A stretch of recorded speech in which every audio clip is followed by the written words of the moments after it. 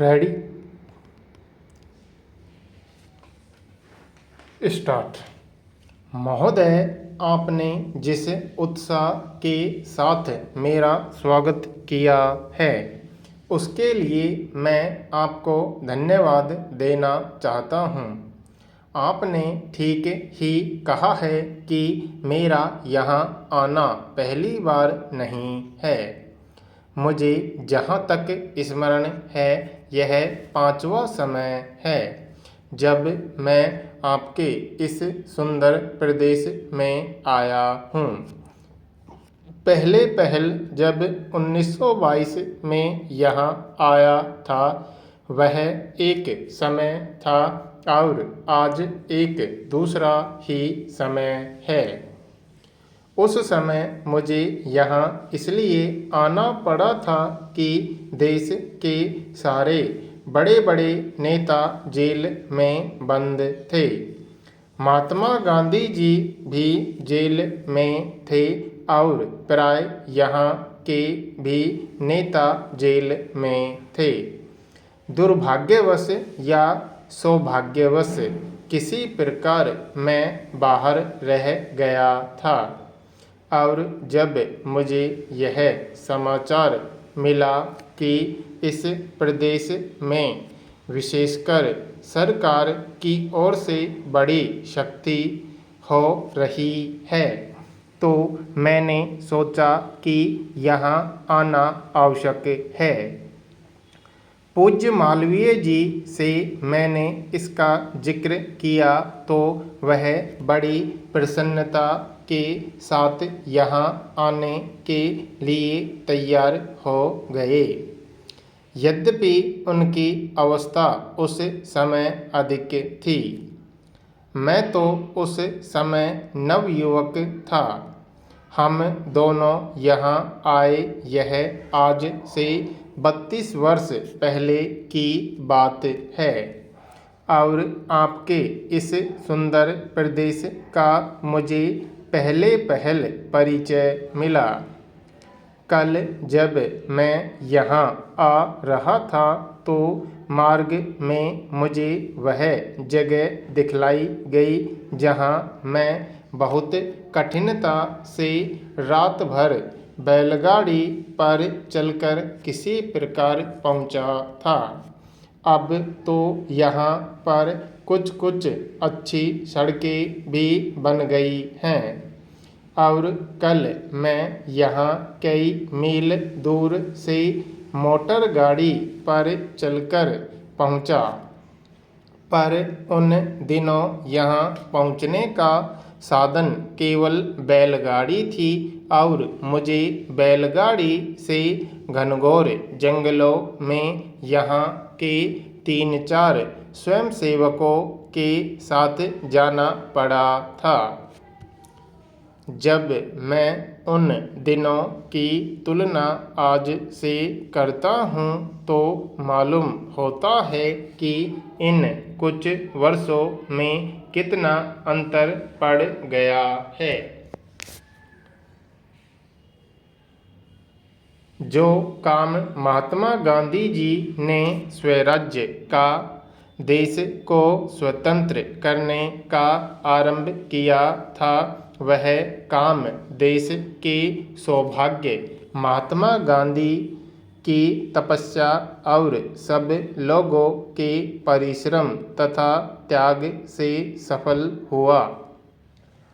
5-6 वर्ष बीत चुके जब से हम स्वतंत्र होकर पूरे दायित्व के साथ अपने देश का शासन चला रहे हैं।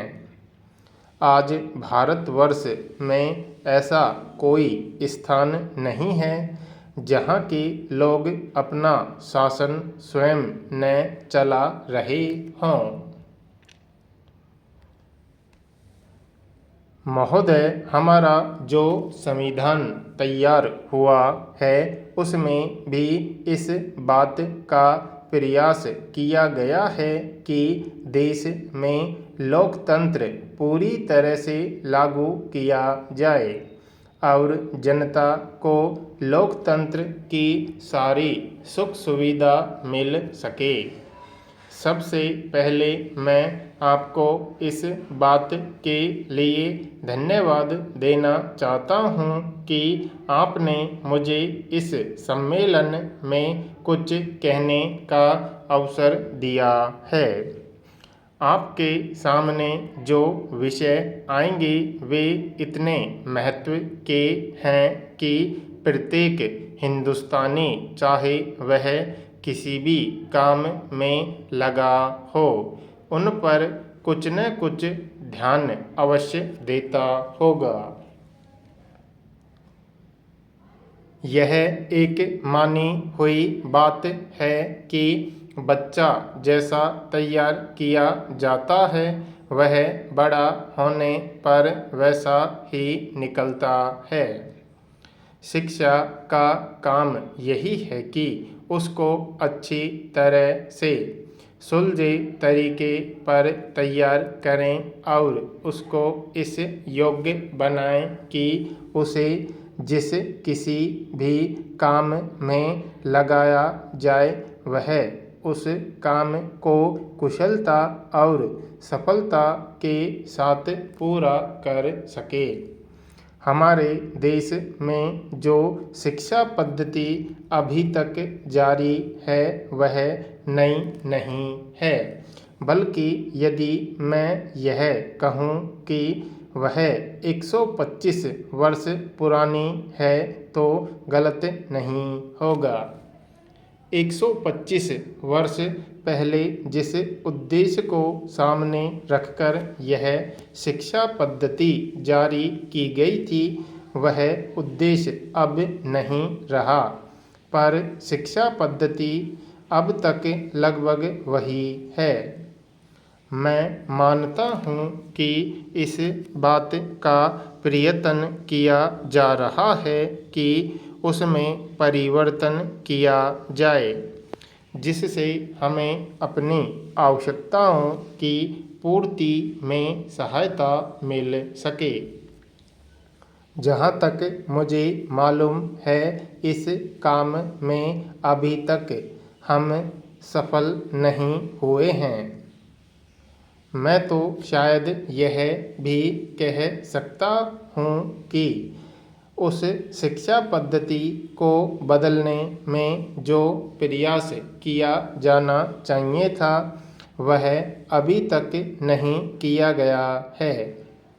इस देश में या सभी देशों में शिक्षा के 3 भाग होते हैं। एक तो वह जिसमें छोटे छोटे बच्चों को शिक्षा दी जाती है, दूसरा वह जिसमें युवावस्था के पहले बड़े होने तक, और तीसरा वह जिसमें युवावस्था के विद्यार्थियों को शिक्षा दी जाती है। इन तीनों भागों की शिक्षा पद्धतियाँ अलग अलग हैं, परंतु वे एक दूसरे से मिलती जुलती होती हैं और एक से दूसरे में जाने में कोई कठिनाई नहीं होनी चाहिए। इसलिए यदि हम अपने देश की शिक्षा में सुधार चाहते हैं तो सबसे अधिक आवश्यक यह है कि सर्वप्रथम प्राथमिक शिक्षा में, उसके बाद माध्यमिक शिक्षा और फिर विश्वविद्यालय शिक्षा में सुधार किया जाना चाहिए।